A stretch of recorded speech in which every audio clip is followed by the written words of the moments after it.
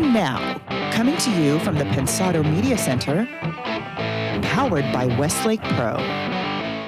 Our guest is a quadruple threat. From Imagine Dragons through LMFAO to Hamilton and beyond, you're going to get blown away. Come meet the Pensado team at AES in LA. Gear Expo Nashville is in the works. Dave's Blackbird session is hot, hot, hot. JD, fire up the engines. You're at the place. It's Pensado's place. Yay!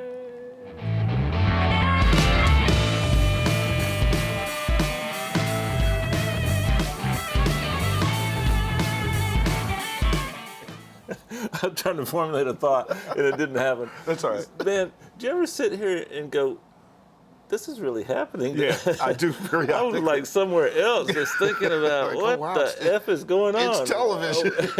Hey, glad you can be true. part of today's show. We got some really cool stuff to share with you, and a great guest as always. Absolutely.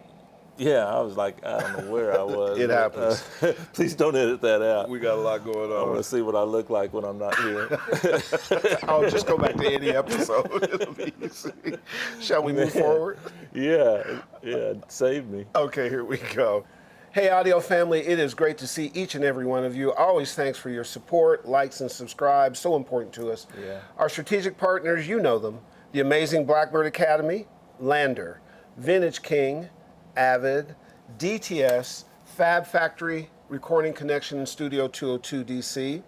Couple of upcoming things where we get to see you and hang out and you get to see us. Yes. First up at AES, there's going to be about 3 appearances where we're hanging out. Come have drinks with Dave, me, and the Pensado team. You see it behind you at the Audionamics Pod, which is Pod 5, and that's going to be on Saturday, October 1st, likely around 3 p.m. We'll get that confirmed for you. It will be in the pavilion right as you enter AES. Audionamics has hot software that we really like. Everyone we turn on to really likes, and we think you will really like it. It's a handy What kind of drinks? and necessary tool. Free. Like Arrowhead? Like that and Iced tea? alcohol. Ooh. Free alcohol. Audionamics is bringing it. That's dangerous at an audio convention. Oh, and free on top of it. Woo, you guys are going to get turned up.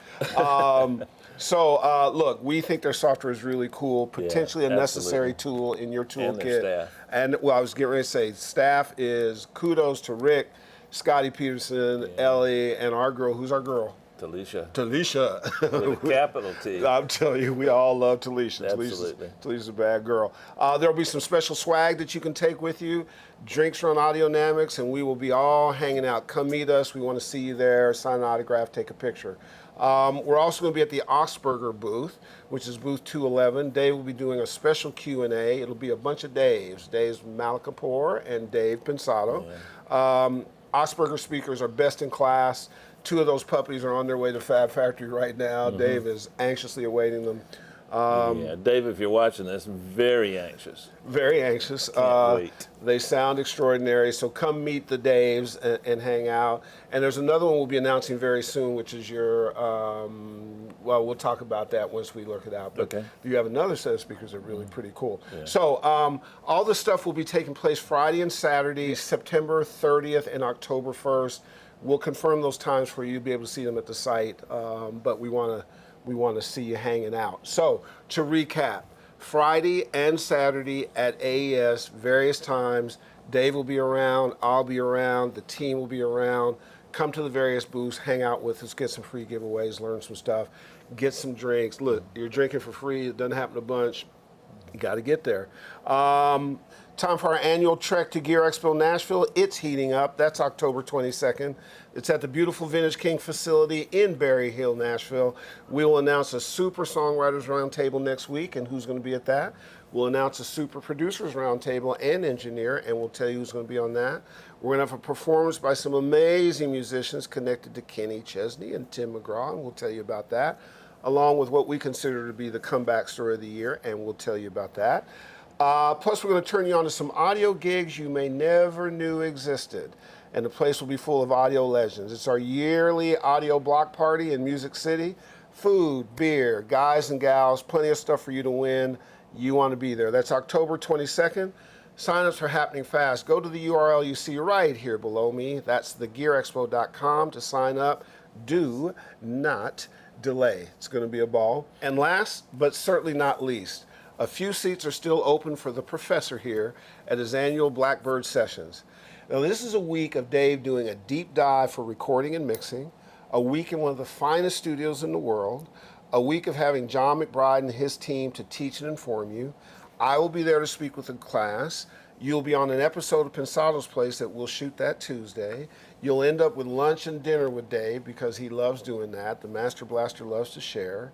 You will come out of that week better as an audio person, as an audio professional. You'll be clearer, you'll be more informed, and you'll be prepared for your career. I guarantee it. Don't miss it. There's about 6 or 7 seats left open. Go to the Blackbird site for information or email karma@theblackbirdacademy.com. That's spelled C-A-R-M-A, what you drive, and your mother. Karma at theblackbirdacademy.com. You want to do this, guys. I've seen about 3 of them now. How do they make you feel? What's your observation? I've said it before and I'll say it again. Nobody learns more at these than I do. We spend a lot of time with each other, and I listen to your work and critique that. And in doing so, it helps me tailor the course for your needs. And in doing that, I mean, like 2 years ago, I learned a lot about sound design because we had a lady there that was studying that. It's just it's just if you like audio, it's just the greatest hang ever, and you leave learning some stuff. We record a band from scratch, and there's a lot of things that are very subtle, Herb, like I call it the power of the chair, just orchestrating the environment to get people to perform at their best. And little tricks, like I keep the headphones a little low for the first 10 takes, and when it looks like they're about to get it, I crank their headphones up and I get more energy out of them. Just a million little things like that. No, but I've watched the results of this class, and I will tell you that to hear the students when Dave's not around talk about the experience that they've had, and Dave also keeps it as a fraternity that goes on past the class. I got an email 2 days ago from a guy who was there last year who came to Pensado Awards, and you keep in touch with. So guys, if you have the wherewithal to do it, I'd advise you to do it. You really get a twofer. You get Gear Expo the weekend before, then you get just incredible, and let alone the facility.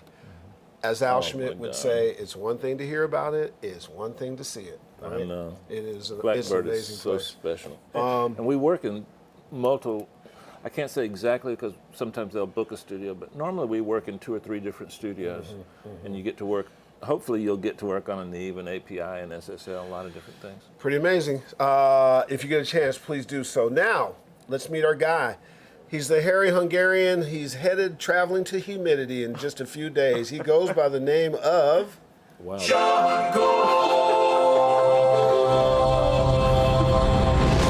I got 20 that says you can't say that again. He's the hairy Hungarian who's headed to humidity. He goes by the name of... Boom. Money. I just loaned it to Leandro. I swear. You were supposed to not embarrass me. You out of here in a give him minute. 20. You out of here in a minute? About to be. All right, so Chongor is getting on a plane to go back and record some audio legends for our Strive series, like Frank Filippetti, and he's going down south to do Chuck Ainlay, and going up to Montreal to do George Massenburg, some interesting stuff. Man. And I have nothing else for you. It's good to see you. Good to see Be you as well. coughed, travel safely, and represent our brand. I will. I'll see you soon. Good talking with you. So, DP, you're in ITL. You got a bunch of ITLs saved up. Introduce this one, man.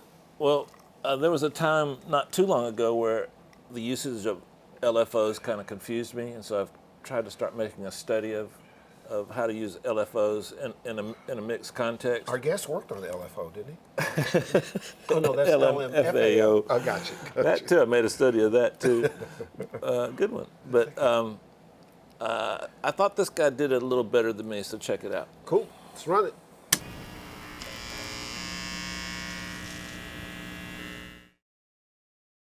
For those of you who've seen my previous videos, you know that I'm a big fan of getting the computer to do things for me. I'm kind of the lazy musician approach. So I'm going to show you a way that you can get some really, really cool results by not doing a whole lot of work. So let's take a listen to what we've got so far and pay attention to this kind of main synth here that's playing out of the first channel.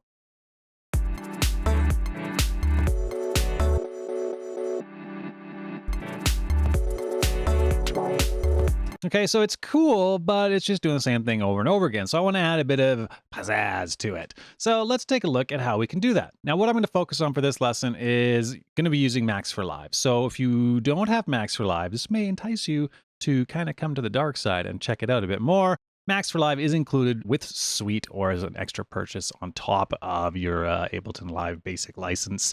So let's go into the Max for Live here, and oh, look at that. It's already selected. What we're going to look at is the LFO. Now, this is one thing that Live is, well, no longer lacking, is the ability to have an LFO that can be mapped to any parameter. I love LFOs, and I'm going to show you why in a second. So let's say, for example, that I want to have a filter on this synth here. Okay, so I'll just solo this. Okay, so you can hear we get some really cool sounds, and especially now with these new models in here, you can put some drive on it and get some really cool kind of old school vintagey vibes with it. So I'd like to have that on there, but by default, the auto filter has this LFO where you can kind of map it and it goes and has the cutoff doing this and that, and that's it, okay? So that's cool and all, but what if we wanted to extend that a little bit? So let's take that off for now, and what I'm gonna do is I'm gonna go back to Max for Live, and I'm gonna drop in our LFO. And we'll wait for it to load up. There we go. Okay. So this is a Max for Live device, which allows you to map this LFO to any parameter on here. Now, by default, if you notice when I cranked up the LFO on the filter, you can hear it doing things, but you don't see it moving. And I'm a very visual person as well, and I'd like to see exactly what's going on with this. All I'm going to do is I'm going to click map, and you can see it's flashing now, and it's saying, please tell me what to map to. And you say, all right. So I'm going to grab the filter here. Kaboom. Instantly, now what's happened is there's this invisible link going from frequency to this knob. Okay, so you can imagine this LFO is like the little monkey man grabbing this handle and flicking it up and down. So of course, that's probably a little bit too fast. We can go down here. We can slow that down. So now, this is much nicer to me. I don't know why this isn't included by default, the ability to see what the LFO is doing. Okay, so that's a little bit too much. Easily solved. Adjust the depth parameter, okay? So now you can just see we're getting that wah, wah, wah in the middle.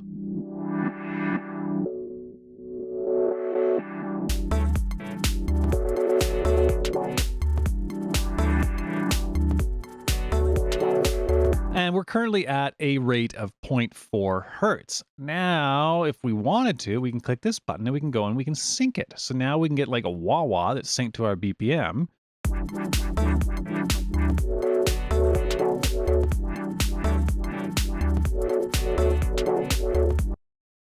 I'll adjust the offset and I'll go into more detail in a second. But what I want to do first is go and adjust the starting of the phase. So the wah occurs on the offbeat.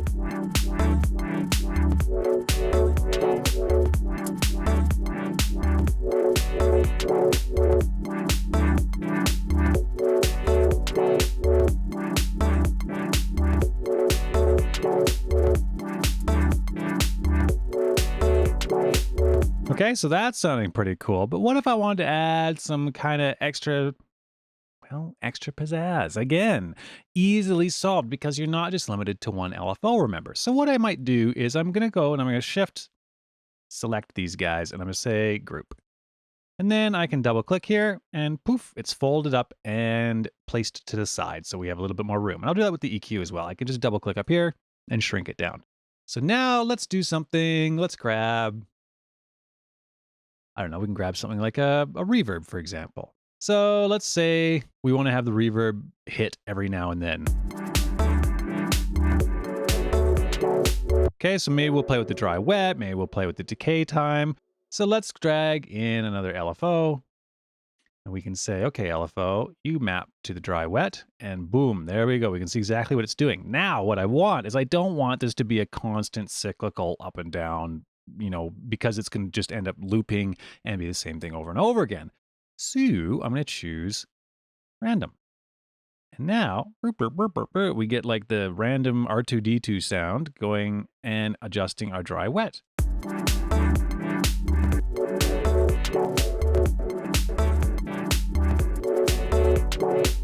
Again, it's probably needing a bit less depth on it. And you hear those big clicks that are happening? Easily solved by the smooth parameter here, okay? So you can see as I adjust the parameter, let me speed up the rate here so we can see what it's doing. See, you got these very kind of square wave jarring changes. We can adjust smooth, and it's gonna do exactly that, smooth out the changes. So now you can see our dry wet knob is just kind of flicking around doing its thing. And we can have the rate down just a smidge like that, change the depth. And then the offset is going to control, well, the offset position of the knob. So the higher the offset, you can see the higher that the dry wet knob is going to be. And then the lower the offset, the lower the dry wet. So we could do something like, yeah, maybe just there, just so we can hear it.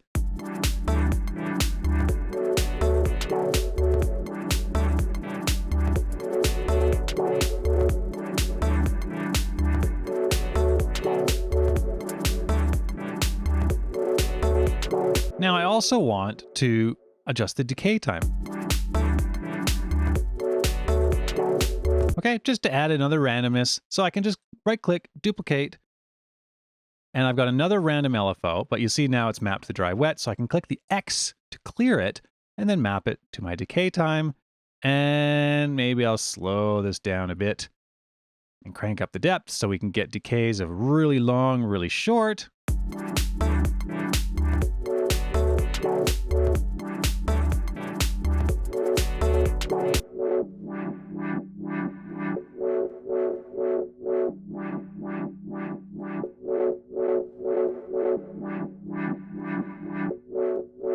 So you can map those LFOs to almost any parameter in live. They're a fantastic way to get tons of variation without having to do a whole ton of work to get there.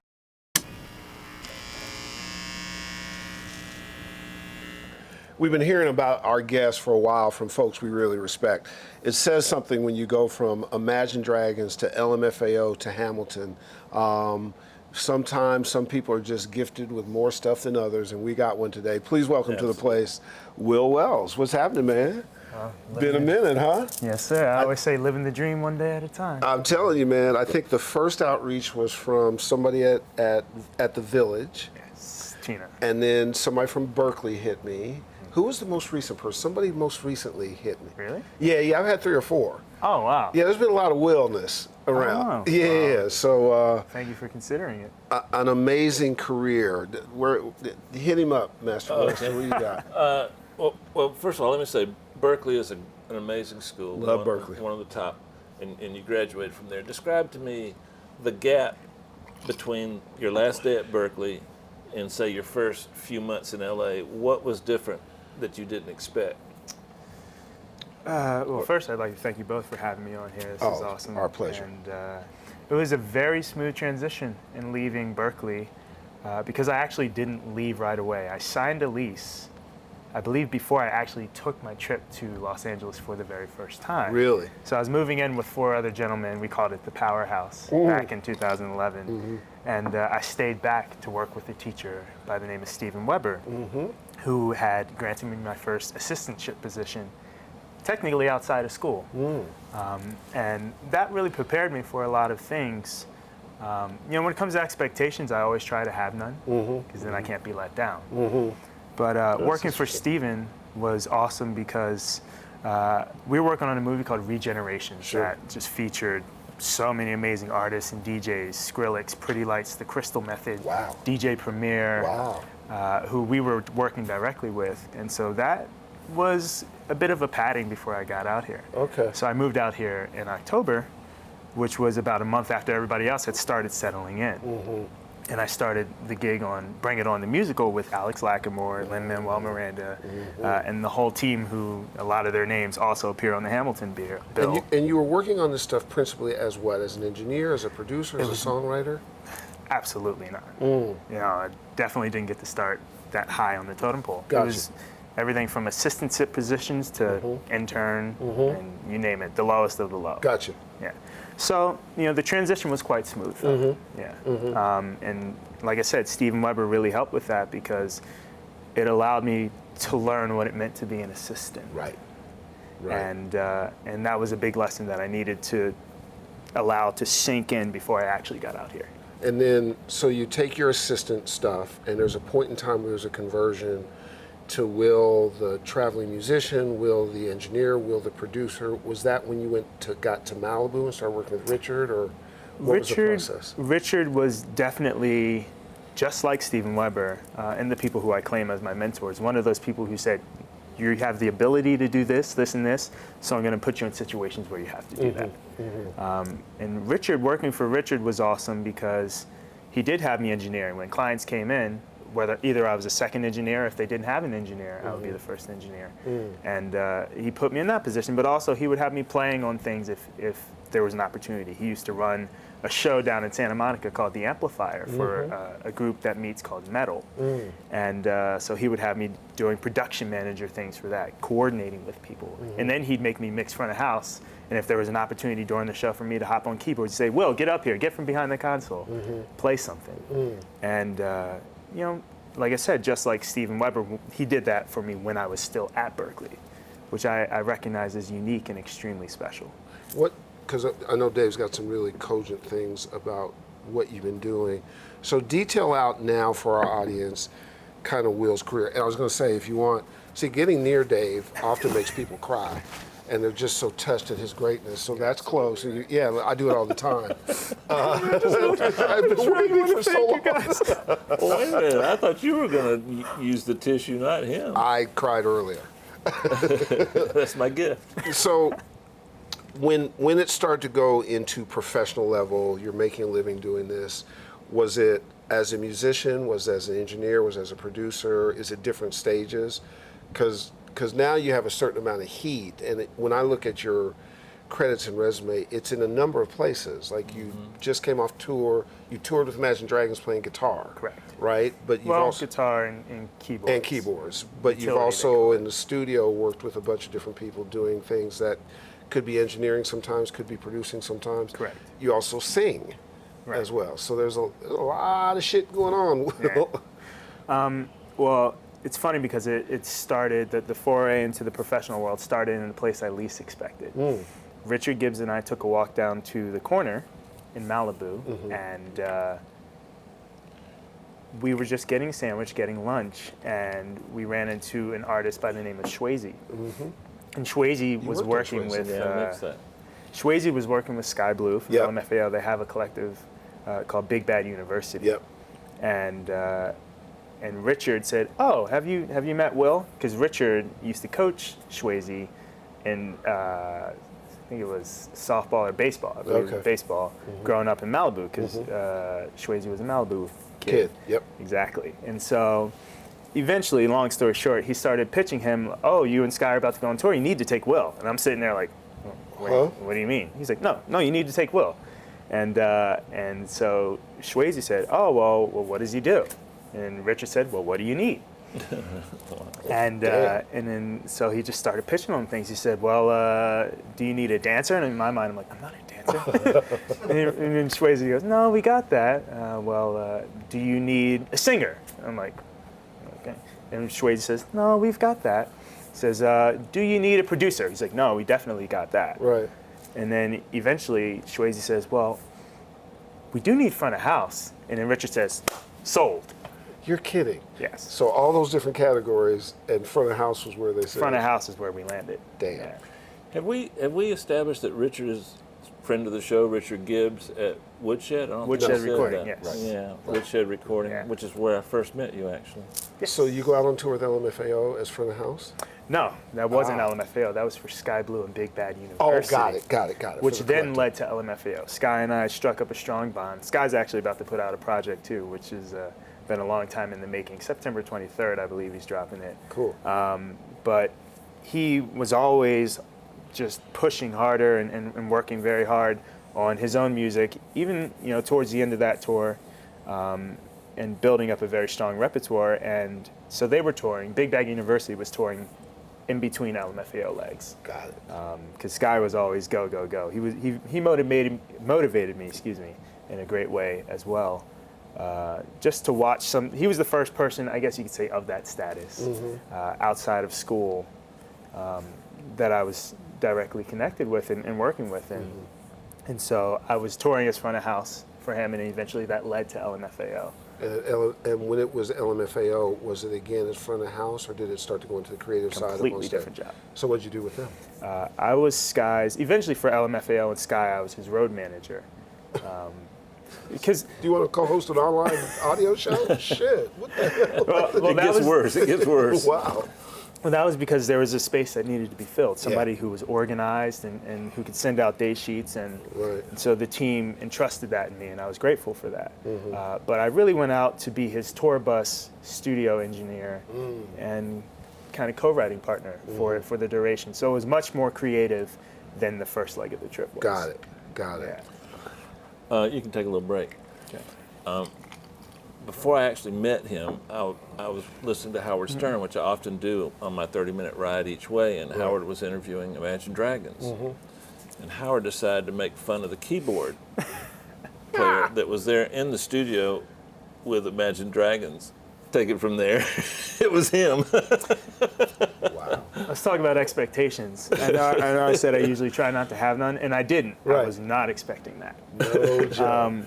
It was funny because It was you, right? it was definitely Okay, me. good, Yeah. good. I thought that I was literally just going to go to the studio in New York and come out when it was time for me to perform with Dan and Ben, Right.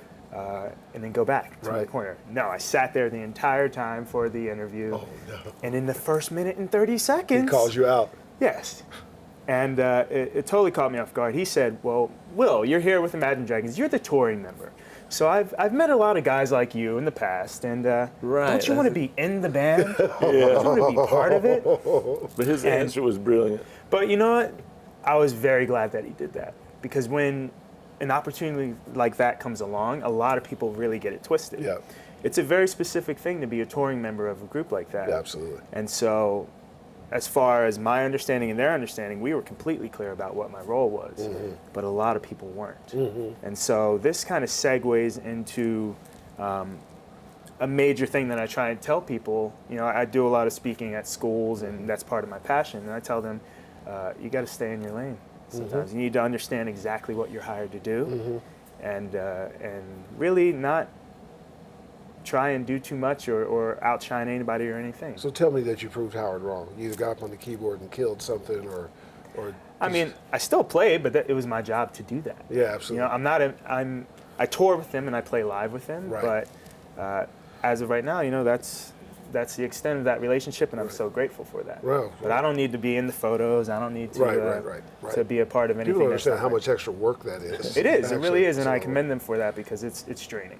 So, well, go ahead. Do you have a question? One of my favorite people in music is RZA, and I just can't imagine RZA driving to Malibu and working at Woodshed, but he is that kind of guy, really. I keep absolutely. thinking ODB type Wu-Tang members rather than RZA, but he's a really gifted musician. Describe your relationship with him and how it led to the newest Wu-Tang record. And that's, you kind of see my eyes light up when you talk about my creative relationship with RZA. That came about, again, I was at Woodshed Recording. Richard Gibbs has this way of saying, oh, well, I think you would be good paired with this person in the studio. Let me just put you together and see what happens. Sure. And so, unbeknownst to me, RZA's engineer, RZA didn't have an engineer as of a week prior to my going there. And I was coming in as the assistant, and if they don't bring their own engineer, You got the job. then, you know, at least for that session. Yeah, So exactly. we hit it off pretty much right away. I did my research, as assistants should always do.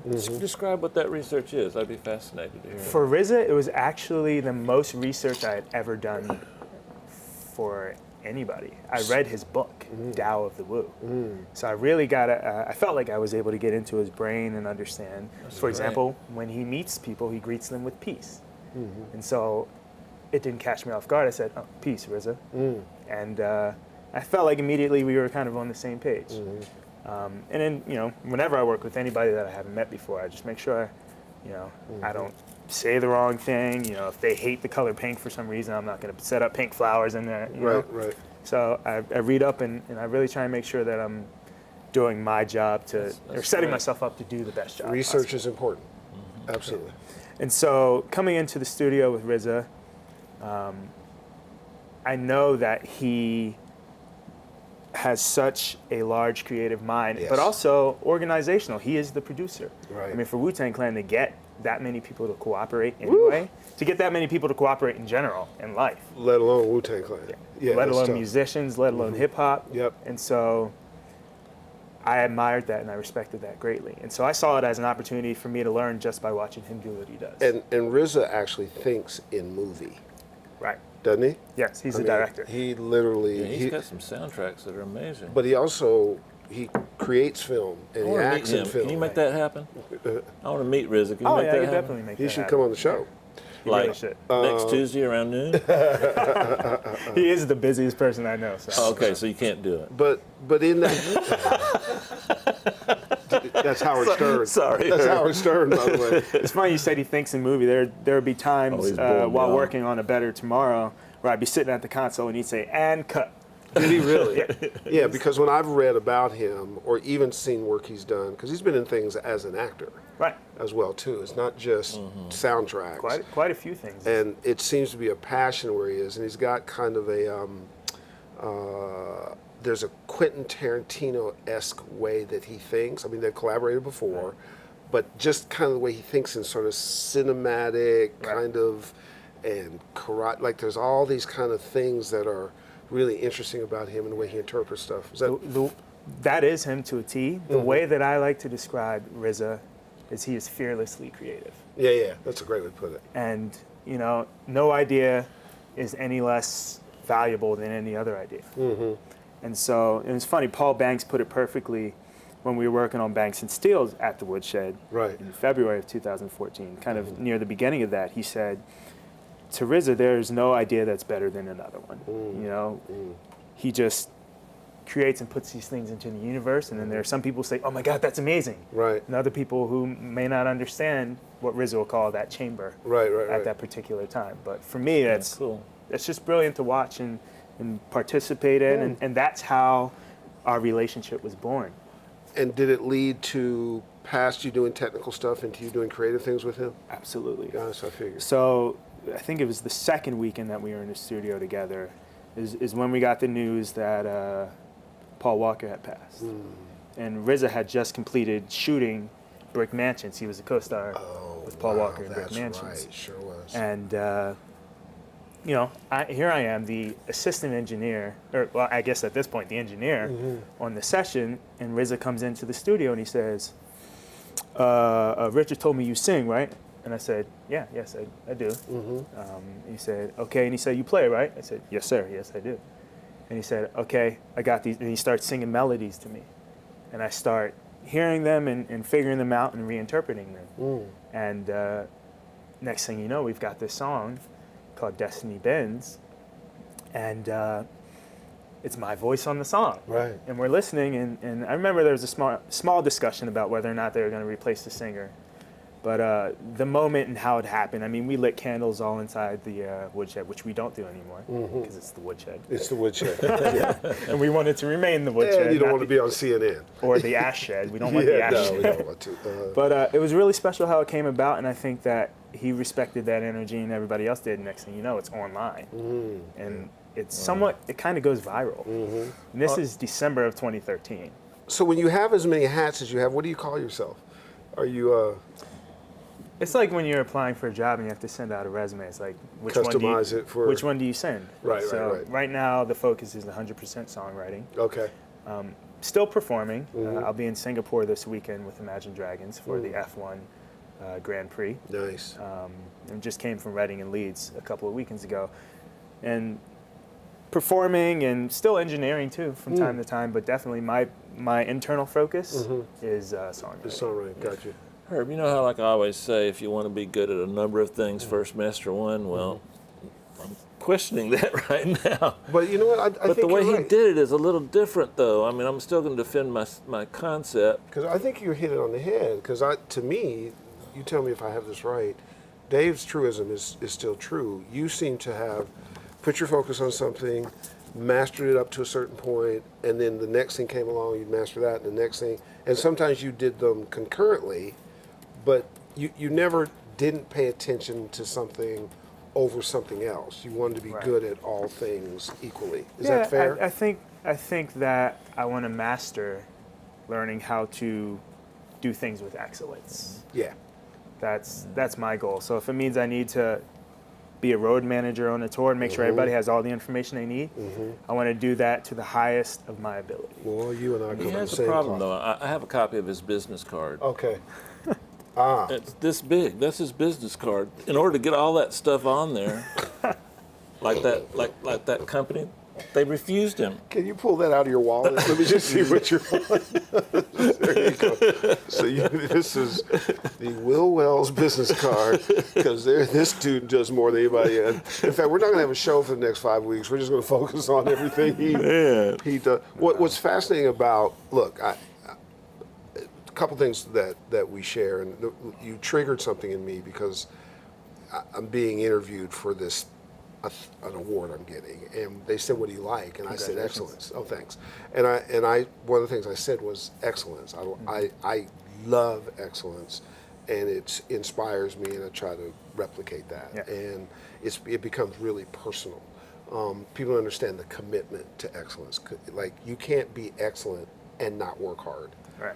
You cannot. You can act like you know. I know a lot of people who do theory about excellence, but doing it is a whole different thing. It's a requirement. And when you're built like that, when you have a lot of capacity, a lot of people assume that that's a gift. What it is you're willing to jump in, learn it, execute it, take on the responsibility for it, and perfect it. It doesn't mean you were born with it, because I get that a lot. Oh, you just know business, or you just know. No, I'll jump in, and it's scary, You'll do your research. and then execute. And then Right. if you fail, you fix. So what's interesting to me is that in a career, in a business that doesn't necessarily always understand that or reward it, you have found your way through that maze. It usually rewards specialists, right? You're a mix engineer or a songwriter, this, that, and the other. Because what I believe, and this is the question after this long predicate, is they inform each other and they inspire each other. These different silos. Absolutely. Fair? 100%. Yeah. 100%. Yeah. I feel like every single thing I've done has been necessary for every next step that's come after Feel the this. same But way. we were talking earlier, and in your mind, it seems like you don't think of them as separate. It's It's one source that manifests itself through several outlets rather than several outlets where you have to get a different source for them. Is right. that I believe make any that. sense? Absolutely. You a spiritual person? Yes. Yeah. As a matter of fact, I'm the son of a pastor. Are you really? I am. Preacher's kid. PK. baby. Son of two pastors, both. my Is that parents. right? Your mom and dad? Yes, sir.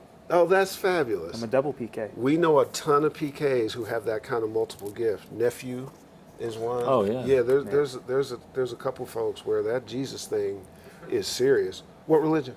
Non-denominational Christian. Nice. Yeah. Got it. Oh, that's the. Yeah.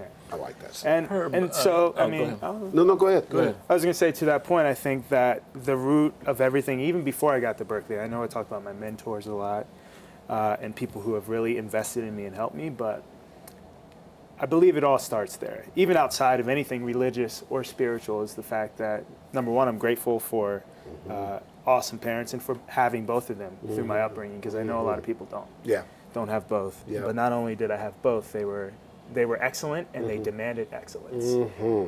And Preach, and, brother. and, Preach. and so I'm grateful, because I think the one thing that they taught me that has been absolutely vital to my career is how to respect, handle, and deal with people. You can see it. And I'm grateful for that, because I have a lot of friends. I remember I'd be in high school and I'd see friends disrespecting parents. And listen, that's none of my business, but Right. It's not you. I don't want to be around it. Yep. I don't want to be around disrespect or negative energy. Lessons to the audience. If you don't have folks around you that demand excellence of you, demand it of yourself. It's just going to make you better. It separates those who are winning from those who aren't. Well said. It's as simple as it can be. It is hard, but nothing great is easy. So if you want to be in this game, reach, push, reach, and have somebody who'll help you do it. Could be your mate, could be your friend, could be a family member, but don't shy away from that. Too many people phone it in, and that's all you'll do is just be phoning it in. Is that fair to say? Yeah. I mean, 100%. I think Dave, excuse me, I think Dave is an example of that, maybe more than anybody I've known. because if you look at the generations of time that Dave has been excellent over these generations and still mixing current records in really hot ways and demand, that doesn't happen in our business. I've been a record executive. You don't call the guy who's past 35 often. You look for the kid, right? And when you see that kind of stuff, that is a self-driven excellence. That's not somebody saying, Dave, get better, Dave, get. That's Dave saying, because I know how perfection. And I think he feels the same way about me. And when we have guests on, Absolutely. I think guests That's like where I you, learned it from. well, guests like that inspire us. Like you go, whoa, this guy's doing this, and we gotta. So, don't you think that's a lesson for the audience? Absolutely. Yeah. 100%. You have to continue raising your own personal bar and setting your own goals. Right. I read a book by Robert T. Kiyosaki called Rich Dad, Poor Dad. Me too. Which teaches you the value of financial intelligence. And something he says in that book really stuck with me. And he says to mind your own business. And so I took this with me even when I was on the road with Imagine Dragons. You know what I was doing when we weren't playing shows? Reading. Administering to my publishing company. Ah, there you go. Taking care of business. Writing songs, learning about publishing, because that's my business. Playing shows with them, which is one of the most fun things in the world, I bet. is minding their business, which I'm happy to do. Right. Some people say if you're not working for yourself, you're working for someone else. That's absolutely right. I try to mind my business.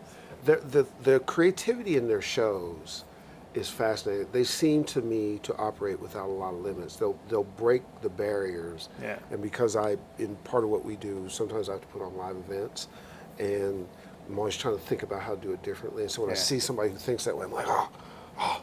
And do you have freedom to do what you need to do inside their context? Oh, absolutely. Yeah. It's funky, I mean, man. they're Big drum they are and stuff, creative and without bounds. Yeah, And it's just a really fun show. I mean, the feeling on stage, the synchronicity that we all have is fun. When I can look to the left and see Platts smashing away at the drums, and he'll shoot me a little smile. That makes you play better. Right. That gives you fuel to raise your own bar. Right. And when you're stepping on the stage with four giants like that, You gotta bring it. Yeah, you got to bring it. Exactly. On Hamilton, did you tell me that you used Ableton to trigger all those cues and all those? Describe the orchestration that you did in terms of working on Hamilton. Let's start from there, and then how you did that, and what that entails, because I don't know anything about that world. So remember that one of the first things I said I learned before I got out here was to stay in my lane. So I want to make sure that as far as what's explicitly clear, Alex Lackmore, who again was another person who mentored me, who I met in that first job out here. He's the orchestrator on Hamilton, and I was on his music team. So my job working with him as an electronic music producer for the Broadway show was to really, I guess you could say, curate the samples and process, from the technical side, process them. What type samples? Anything that you hear that's not organic, from snaps, claps, record scratches, things like that. So, for example, you hear dun dun dun dun dun dun scratch. How does a bass or things like that? Just And so you have a time that you have to. Is it all automated, or are you doing triggering them live? No, not automated. That's the thing that I respect most, that most people don't know about Hamilton. You'll take something like the cabinet battles that they have. Yeah. Everything that you're hearing is being live. performed. Wow. So. And that was my job, to make sure that electronically or with an orchestra in the pit, or both. Both. Yeah. To make sure that those samples that they're playing, I'm talking the kick, the snare, the trap hats on the Reynolds pamphlet. Wow. There's Benny is in the pit and he's playing those 16th or 32nd notes. And so Alex brought me on to make sure that all the sounds that were coming from those pads, between me and programmer Randy Cohen in New York, had a high level of musical and audio integrity, from the technical to the artistic, and so him and Lim were very gracious to say, let us know if you think there's a better snap or a better clap for this, because they wanted the art to win. Right.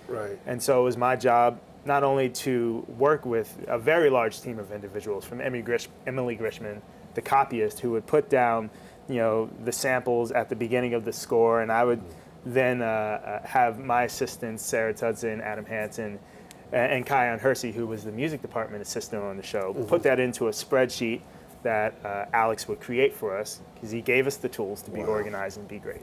I would take that information off the spreadsheet, and it would directly correspond to Logic demos.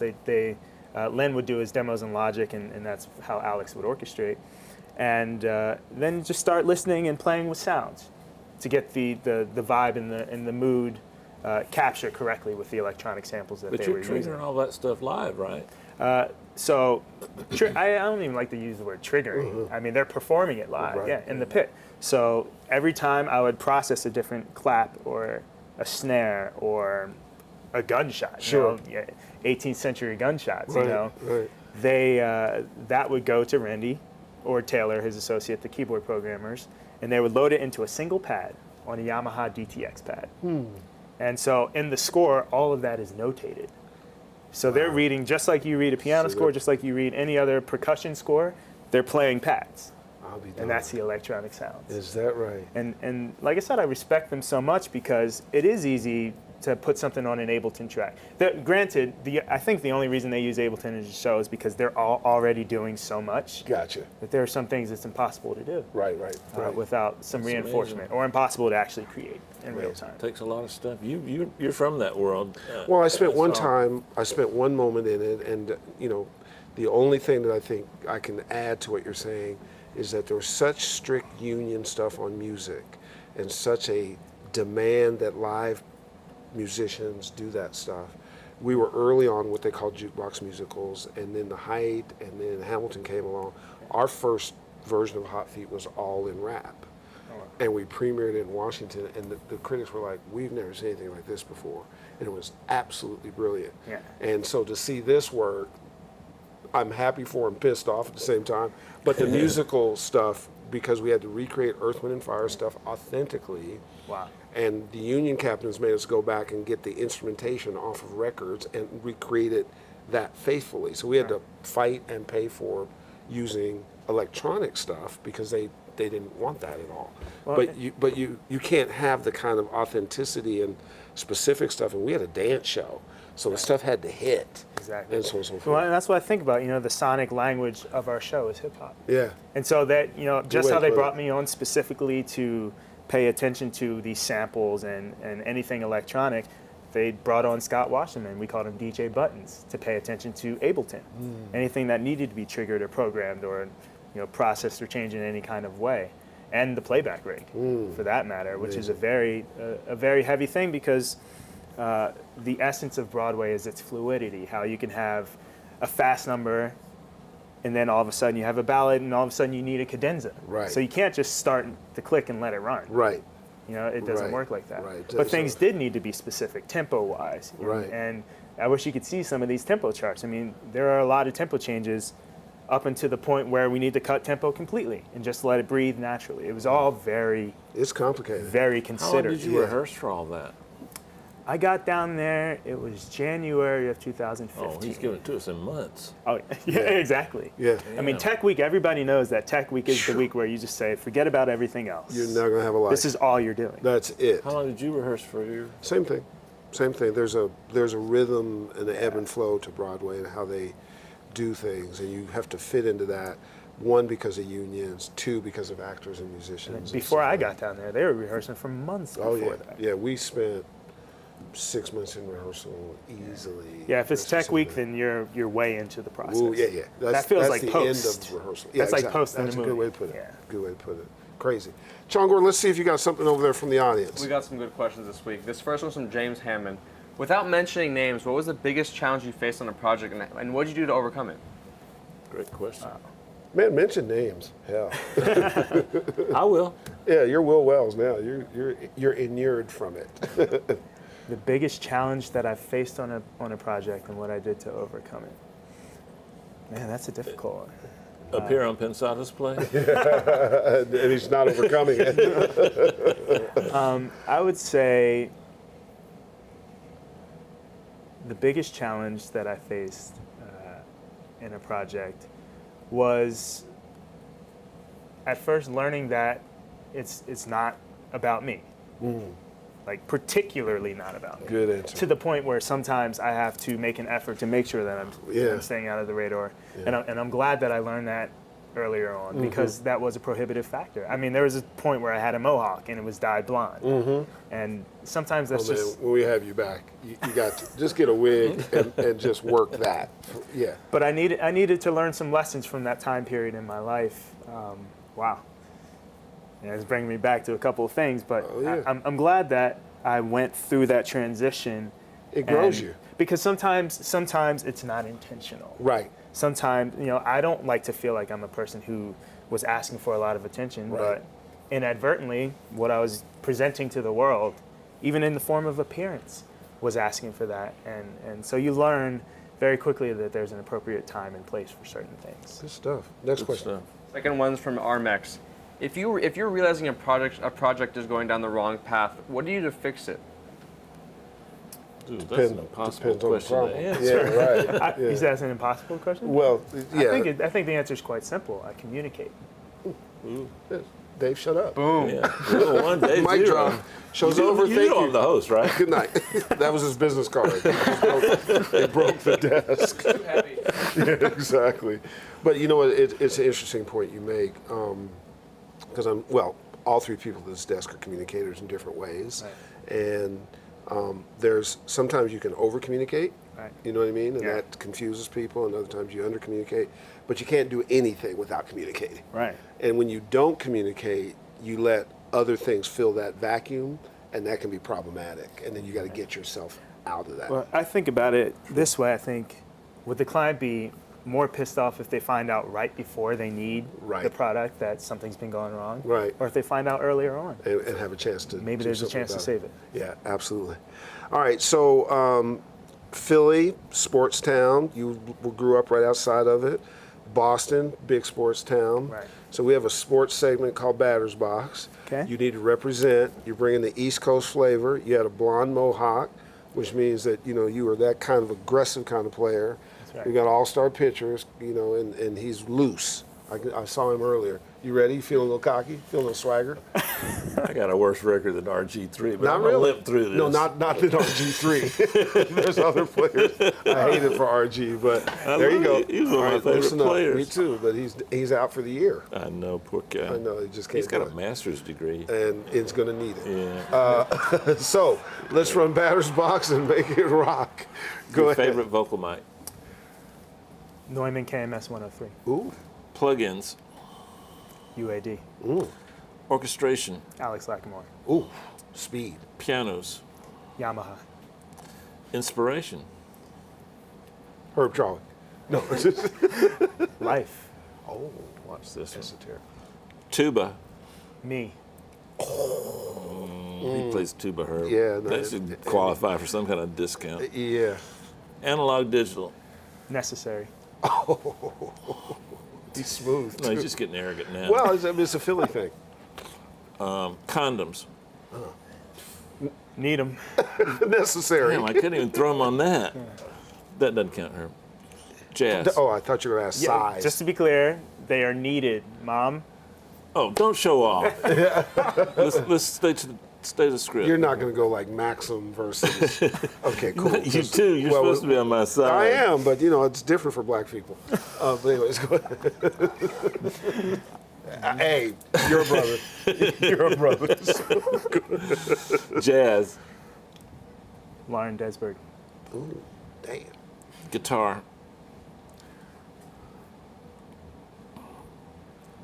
Gibson ES390. It's a good thing I made extra ones today. My baby. Reverb. Ah, got it. Yeah. There's so many options, I just got to think through. Take off points for this, Herb. Let's go backwards. Hall. Oh, That's too late. The buzzer rang. Oh, the buzzer rang. I didn't. You had the countdown. Okay, Broadway. Hamilton. Solo artist. Kevin Garrett. Hey. If your studio caught fire, what one piece of gear would you rescue? You can't say computer, your dog, your children, anything. What piece of gear would you rescue? This is make-believe, by the way. Okay. My lyric book. That's the songwriter's answer. Well, Philly's a great sports town. Actually, he benefits from the border of Philly and Jersey. So- half Jersey, half Philly. So both of them are tough places Yeah. to be. And this guy's got a business card that is this big. So don't feel bad. You did really well, but he's just playing a different level. I see that. I got to step up my game. Well, Will, thanks for coming and just embarrassing the hell out of us and just ruining our track record as the two esoteric audio guys. Thank you for having me. It is always a pleasure to meet talent that respects its talent and is fearless about it. I think it's inspiring for our audience. It's certainly inspiring for these two guys here. We try to do our own version of that. We don't know how well we do it, but we'll just get up every day for the last 6 years, every week. I'll say anywhere I go, sharing any of my experiences around the world, I let them know. I said, you need to check out Pensado's place if you want to be an engineer, because I know I've grown from it. So I thank you for the community at large. Oh no! What the key question is: do people go, "What the hell are you talking about?" or I've heard of it. So I hope it's a little bit of a mix. It's a little bit of a mix. Okay, good. To our friends at Berklee, tell them hello. We like them a ton. And you would just be an amazing guy on some of the stuff that we do live around the country. We do panels and stuff. If you'd be, because you strike me as a guy who wants to give back and teach. Absolutely. Yeah. That is it. Yeah. That's what I That's what think. matters to me. So we should talk about that. I think people would find what an amazing gift you have. Hello to your parents. They did good. Thank you. They did really well. DP, take us home. I got nothing. Nibbles and condoms. See you next week.